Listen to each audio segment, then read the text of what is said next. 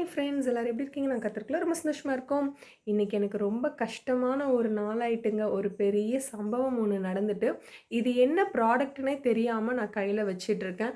நான் வாங்க போன பொருள் வேறு, இன்றைக்கி நான் வாங்கிட்டு வந்திருக்கிற பொருள் வேறு. என்னடா சொல்கிறா இவ ஒன்றுமே புரியலைன்னு நினைக்கிறீங்களா? இன்றைக்கி ஈவினிங் என்னோடய ஃப்ரெண்டுக்கு ரிசப்ஷன் இருந்துச்சு. ஸோ அதுக்காக அவளுக்கு ஒரு கிஃப்ட் ஒன்று வாங்கலாம் அப்படின்னு சொல்லிட்டு நான் பார்க்க போயிருந்தேன். அப்போது இதை வந்துட்டு மேலே வச்சுருந்தாங்க.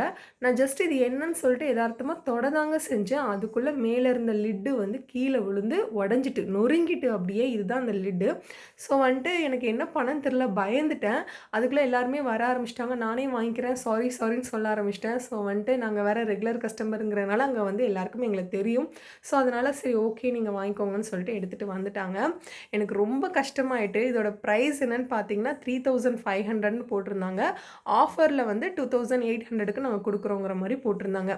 உடைச்சது தான் உடைச்சோம். ஏதாவது விலை கம்மியா உடைச்சிருக்கலாமே! இத போய் உடைச்சிட்டோமே! இது மொதல்ல என்னன்னே நமக்கு தெரியலையேங்கிற மாரி எனக்கு ரொம்ப கஷ்டமா போயிட்டு, பட் அங்க உள்ள அண்ணா வந்து நாங்க இன்னுமே உங்களுக்கு கம்மி பண்ணி தரோம்ன்னு 2300க்கு குடுத்தாங்க. அண்ட் பில் போடும்போது அந்த லிட்டையுமே எனக்கு புதுசாவே குடுத்துட்டாங்க. அதுக்கப்புறம் ஃபுல் ப்ராடக்ட்டுமே நான் வாங்கிட்டு வந்துட்டேன். பட் இதுக்கு வேண்டாம் நான் உடைஞ்சதுக்காக காசு குடுத்துக்கிறேன்னு சொல்லிட்டு இருந்தேன். பட் நம்ம உடைச்சிட்டோம். அதனால அத வாங்கணும்னு சொல்லிட்டு நான் வாங்கிட்டேன். இனிமே தான் YouTube பார்த்து இது எப்படி யூஸ் பண்ணணும் அந்த மாரி கத்துக்கணும். அண்ட் வந்து இது ரொம்ப ஈஸி தான். ஸ்டீமிங் பவுல் இருக்கு. கீழ செராமிக் பேன் இருக்கு. இந்த எலக்ட்ரிக் பேன் யூஸ் ஆகும்னு நெனைக்கிறேன். பார்க்கலாம்.